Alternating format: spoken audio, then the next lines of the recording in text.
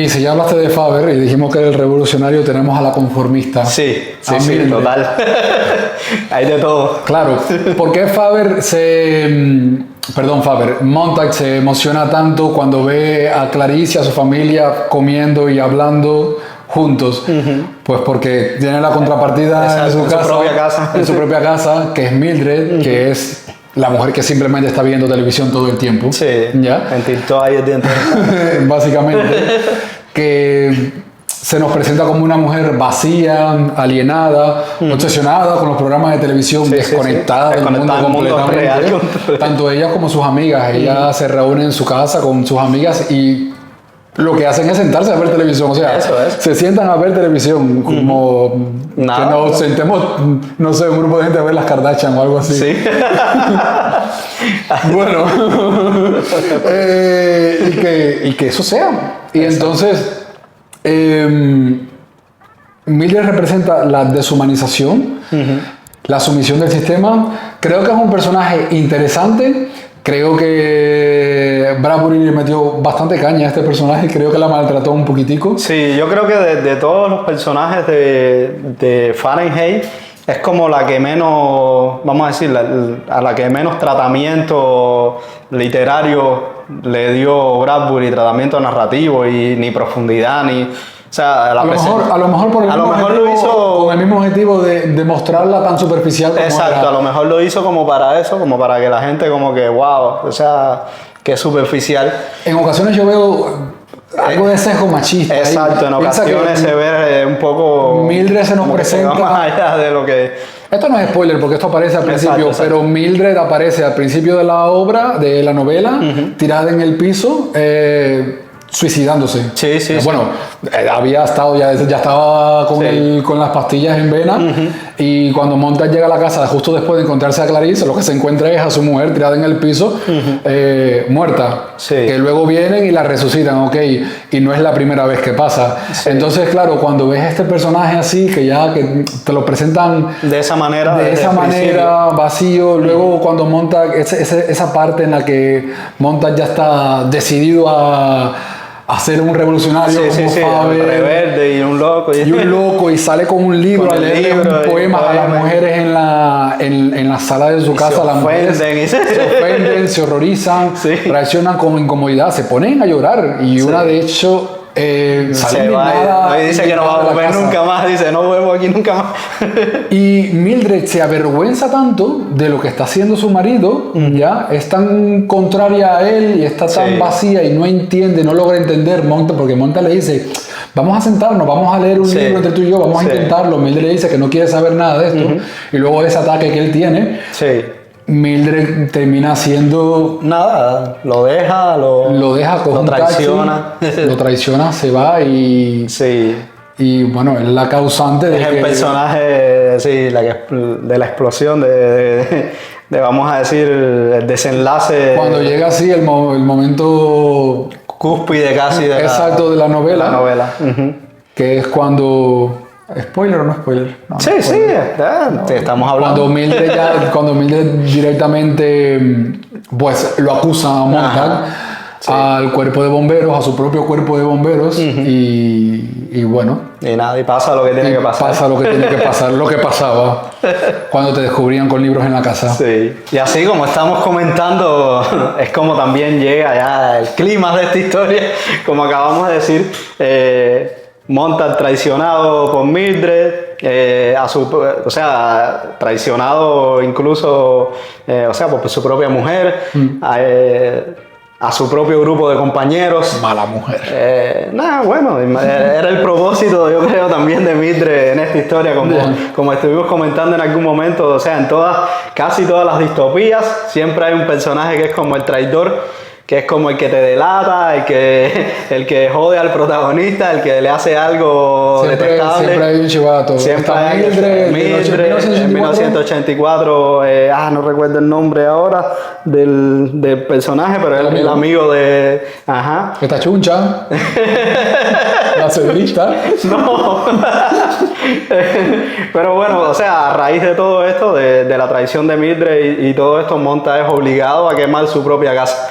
y es también una parte importante de la novela. Es un fragmento muy impactante también de Fahrenheit, y es cuando, o sea, lo voy a leer literal, que dice: Montag quemó las paredes del dormitorio, el tocador, porque quería cambiarlo todo, las sillas, las mesas, y en el comedor los platos de plástico y de plata, todo lo que indicara que él había vivido allí, en el 106 de aquella casa vacía, con una mujer desconocida que mañana le olvidaría. Está, o sea, crudo, está y sí, revelador al mismo, revelador, sí, porque al mismo tiempo. Viti le obliga a que queme la casa. Sí, le dice. Pero el Viti le obliga a que queme la casa, pero él, más allá de hacerlo con ese sentimiento de estoy quemando mi propia casa, no sé qué, es de tristeza, sino voy a quemar la casa. No quiero que quede nada, saber nada de mí mismo, o sea, del mí antiguo, del mí que yo era antes, no quiero que quede nada aquí. Exacto. Eso es. Sí. ¡Wow! Está bien. Tienen que leer esta novela tienen que leerla. Buen recurso. Sí, genial. Genial como todo lo de Bradbury. Que a todas estas, la casa no fue lo único que Viti, que Montag quemó. O sea, luego de quemar la casa, le mete candela con el soplallama a Viti. Sí. O sea, Montag quema a Viti. Y se convierte en un fugitivo, acaba de asesinar a una persona, ya es una cosa mucho más grave. Montag escapa de la ciudad y las autoridades empiezan a lanzar una cacería humana. Envían al perro robot. Que se puede considerar casi que un personaje también de la historia, pero... Sí, realmente. Porque tiene sus cosas ahí, digamos, sus interacciones y eso, pero bueno. Sí, en la novela no sale una única vez el perro robot. Desde el principio Montag lo describe. Y utilizan a este perro robot para dar cacería. Sí. Lo interesante también no es solo el perro robot, sino toda la campaña mediática que utilizan para desinformar a la gente de lo que está pasando. Exacto, convierte la cacería de Montag en un espectáculo. Sale en todas las televisiones, en las pantallas, todo. Que ni siquiera llega un momento, claro, porque le pierden la vista a Montag.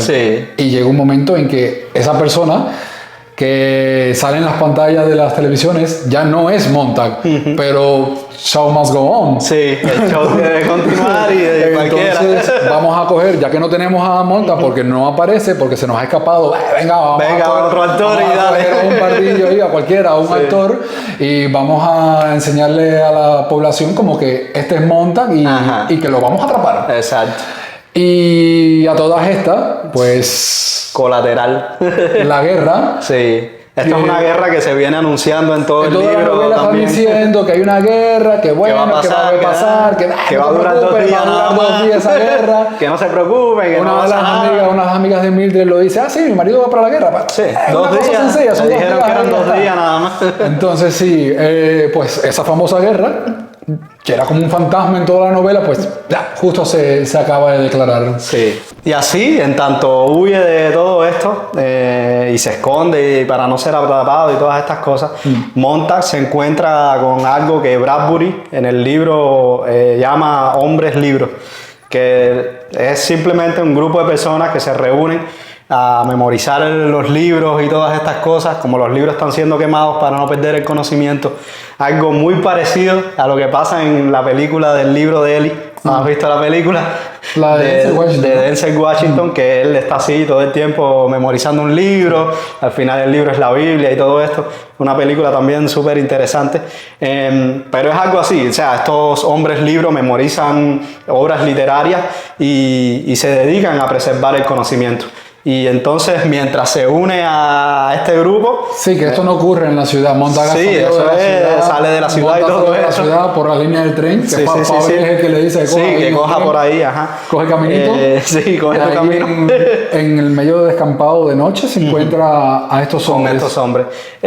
Y mientras sucede todo esto y Montag se une a estos hombres también, sucede la catástrofe final de la novela. La guerra de 2 días. La guerra esta de los 2 días, donde Bradbury la narra de esta manera. Dice: la explosión sacudió el aire sobre el río, derribó a los hombres como fichas de dominó, levantó el agua de su cauce, aventó el polvo e hizo que los árboles se inclinaran hacia el sur. Montag, agazapado, haciéndose de todo lo pequeño posible, con los ojos muy apretados, después los entreabrió por un momento y en aquel instante vio la ciudad en vez de las bombas en el aire. Habían permutado sus posiciones. Es como la ciudad para arriba y las bombas abajo. Ya, se fue todo a la... Claro, Bradbury escribió esto en el 53. Sí. Había pasado nada. Las bombas de Hiroshima y Nagasaki. Sí, o sea, sí. Tenían muy reciente todavía la humanidad el dolor y el sufrimiento desastre, y el desastre de bombas nucleares. Así. Y creo que al final un poco esta es lo que describe. Sí, algo como lo eso. Que describe Bradbury. Algo así, como una bomba nuclear. O más. No, es un bombardeo terrible. Para ese momento ya la ciudad ha sido reducida a cenizas. Sí, ya estamos al final ya de la novela. La ciudad ha sido reducida a cenizas y bueno, luego de recuperarse de esa imagen de la explosión y tal, bueno, los hombres comienzan a caminar hacia el norte, encabezados por Montag, sí. Sin ningún tipo de premeditación ni nada. Montag se da cuenta de que él es el que va a la cabeza. Todos van en silencio porque, como ya dijiste, son hombres libros, tienen sus pensamientos en los libros que una vez leyeron y tenían mucho que recordar. Porque en algún momento todos comenzarían a hablar y a hablar de todo aquello que habían recordado, todo aquello que habían leído. Claro, para poder preservar ese conocimiento y pasarlo de generación en generación. Sí, esa parte de la novela Bradbury la describe de esta forma. Montag sintió el leve cosquilleo de las palabras, su lenta ebullición, y cuando le llegara el turno, ¿qué podría decir? ¿Qué podría ofrecer en un día como aquel para hacer el viaje algo más sencillo? Hay un tiempo para todo, sí. Una época para derrumbarse, una época para construir, sí. Una hora para guardar silencio y otra para hablar, sí, todo. Pero algo más, ¿qué más? Algo, y a cada lado del río había un árbol de la vida, con 12 clases distintas de frutas, y cada vez entregaban su cosecha, y las hojas de los árboles servían para curar a las naciones. Sí, pensó Montag, eso es lo que guardaré para mediodía. Para mediodía. Así mismo, Bradbury era un poeta, eso no cabe duda. Yo siempre he dicho, si vamos a hablar así de un escritor que era pura poesía dentro de la ciencia ficción, ese es el mejor que ha existido. No creo que haya nadie, con esa prosa tan sencilla, tan bonita y tan profunda. Y muy exacto, muy poética, muy profunda y muy sencilla de leer. Sí, y es súper sencillo de leer. No es un libro complicado de leer. Sus libros no son libros complicados de leer. Son libros sencillos. Es una persona que tiene arte. Exacto. Para narrar las cosas. Narrar, exactamente. Es para mí de los mejores que han existido, y yo siempre lo he dicho, el poeta de la ciencia ficción. Y bueno, eso sí, hay que decir que lamentamos un poco los spoilers que hemos estado dando del final de la historia y todos estos fragmentos, pero creemos que es una historia tan maravillosa y tan cautivadora que si al menos no consideras leerla ya después de todo esto y después de escuchar todas estas reflexiones, al menos sí es necesario que conozcas un poco del significado y escuches estos fragmentos y conozcas también un poco de la vigencia de esta obra. Sí. En esta novela el punto de vista de estilo único, que ya hemos hablado de Bradbury y su narrativa, pues nos da una profundidad emocional que al final te permite conectarte con Montag, con su lucha interna, y mantiene ese suspenso de qué es lo próximo que va a pasar. Y que ya al final hace que el lector descubra los eventos, los peligros, y al mismo tiempo que descubra a este protagonista, que creo que es un protagonista bien, es un protagonista sólido. Sí, sólido, bien construido, sigue una línea interesante. Puedes simpatizar mucho con él, porque todos en algún momento de la vida nos hemos cuestionado cosas que nunca antes nos habíamos cuestionado.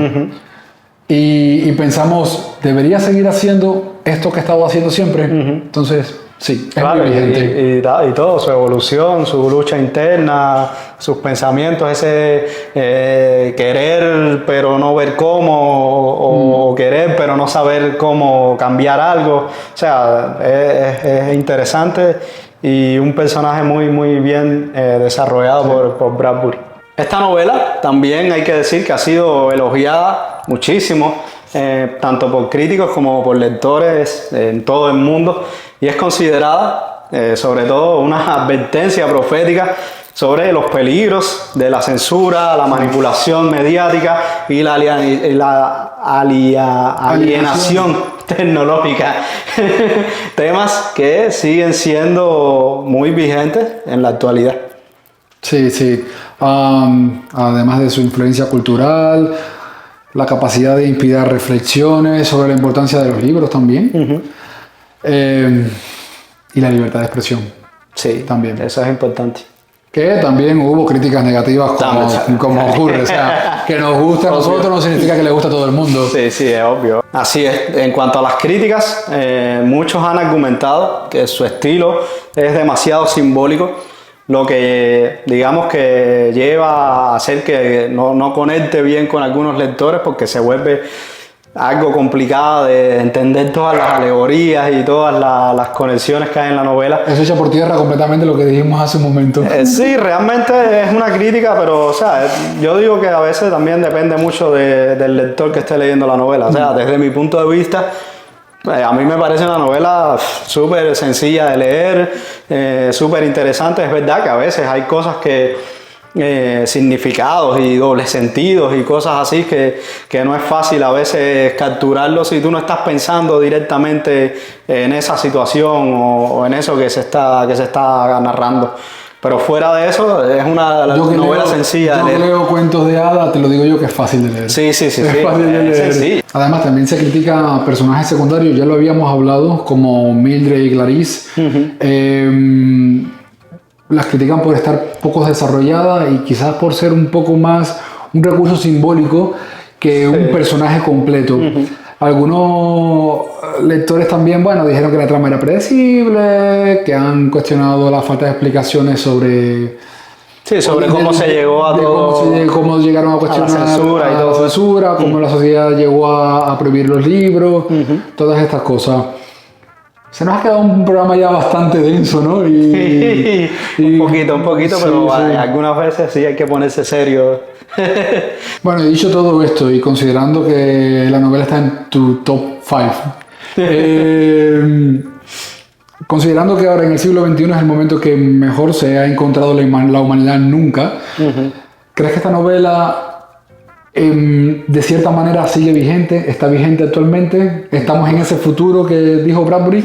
Muchísimo. Yo creo que ahí estamos ahí, si no estamos casi ahí, estamos bien cerquita. O sea, en esta novela ya como hemos visto, Bradbury imaginó este mundo donde la gente se entretenía todo el tiempo, siempre estaban ahí en sus televisores en ese momento, ahora están en sus teléfonos, este tipo de cosas y ¿para qué decir? O sea, todas las cosas que están pasando, hay muchísimas analogías con el mundo que Bradbury escribió, con las cosas que hay hoy en día. Los amigos en la novela de Bradbury, por ejemplo, se hablaban todo el tiempo por auriculares. Por los auriculares. Exacto, y este tipo de cosas. Ahora es todo el mundo... Por WhatsApp. Ajá, sí, todo el mundo habla por WhatsApp, o sea, los amigos casi nunca hablan cara a cara, casi no se reúnen, todo el tiempo es una amistad virtual más que otra cosa. Sí. Y todo este tipo de cosas, o sea, fue lo que más o menos en la novela de Bradbury en algún momento llevó a la sociedad a tomar la decisión esta de que los libros había que quemarlos porque ¿para qué ser tan infelices? ¿Para qué leer libros? Si puedes enviarte memes. Exacto. Exacto. O sea, cosas como esas que son preocupantes realmente. A Bradbury le preocupaba el advenimiento del Reader Digest. Hoy tenemos Wikipedia. De todo. Tenemos los tweets. X. Le preocupaba que la gente solo leyera los encabezados, sí, que a mí me pasa, yo muchas veces solamente leo los encabezados, los titulares. Hoy parece que la mitad de las líneas, de las palabras han sido sustituidos por emojis. Y que cuanto más utilizamos estos medios, cuanto más erosionamos la lengua, más erosionamos el pensamiento. Claro. El pensamiento lógico. ¿Tú crees los eyes y todo eso? ¿De los qué? Los eyes, en vez de ellos y todas esas cosas. Ya son asuntos que prefiero no meter. pero es algo así parecido, o sea, eso es una distorsión del lenguaje que no es natural. Esto es raro. Es raro, pero el lenguaje evoluciona con el tiempo. ¿Quién sabe que si de aquí a unos 100 años... había inglés antiguo que ya exacto, no se usa. El lenguaje evoluciona. Y cosas así. Sí. Bradbury también temía la pérdida de la memoria. Hoy tenemos pues Google, tenemos Facebook, tenemos Instagram, tenemos todas estas redes sociales que funcionan como un almacenamiento de nuestros recuerdos, porque vas a tal sitio, te tiras la foto, la subes ahí, mira, este es mi álbum de fotos, esos son mis recuerdos, están ahí, estarán ahí y están a la vista de todo el mundo también. Es público. Sí. Y son los guardianes de eso, de nuestras emociones al final. Muchas de estas redes sociales deciden cómo nos sentimos en el día. Exacto. Yo recuerdo la frase esa que decía Bradbury, que decía, tendrán la sensación de que piensan y serán felices porque la naturaleza de esos hechos no cambian. Y es así, o sea, es como la gente está poco a poco, sin querer o no sé, o impulsivamente, delegando todo todo este proceso de pensamiento, de memoria y de todo a máquinas y a estructuras digitales. Y cada vez poco a poco, o sea, exacto, es menos lo que hay que pensar. Y cada vez se queda más con información inútil en la cabeza. Exacto. Eso es, pregúntale a ChatGPT, pregúntale a Google, nadie recuerda nada, casi nadie sabe nada, la gente no lee mucho, o sea, es una cuestión preocupante y que Bradbury ya, o sea, nos estaba alertando desde los 1950 por allá que esto iba a pasar. Y es como, oye, despierta que... la sociedad va a caer en desgracia. Y también quizás por estas mismas advertencias, no todos los libros que han tratado estos temas o temas similares o critican o han criticado directamente los comportamientos más nefastos de la sociedad han sido bien recibidos en el momento en que se escribieron o en su época. Y ejemplos de estos hay muchísimos: 1984 de George Orwell, El Código Da Vinci con su crítica profunda a la iglesia, al catolicismo y todo esto, Madame Bovary, que fue una sensación escandalosa en su tiempo, El retrato de Dorian Gray, y también este mismo libro, Fahrenheit fue censurado en su momento. 451. ¿Sabes? Esto es un tema interesante para otro podcast, libros censurados. Sí, esto da para un tema, realmente es bastante interesante lo que ha pasado con este tipo de libros en el momento en que se publicaron. Bueno, y lanzando la pregunta al público, como siempre, ¿cuál consideras que haya sido un libro de crítica social o de advertencia que te gustaría leer o que haya cambiado la visión del mundo? Yo creo que esa es una pregunta interesante. Creo bastante. Que pueden responder en los comentarios, que aquí nos encanta leer a todos y debatir, que se debate bastante en los comentarios también. Creo que ya con esa pregunta que he dicho, poco queda por añadir, ¿no? Sí, yo por mi parte he dicho casi todo lo que quería decir también sobre la obra. Te erizaste, te emocionaste. Sí, de todo. Ha sido Vamos a hacer los honores ya entonces. Así es. Bueno, si te gustó este video, déjanos un like y no olvides activar la campanita para que te enteres de todo nuestro contenido de fantasía, ciencia ficción y el mundo de la literatura en general. Nos vemos en el próximo episodio. Chao.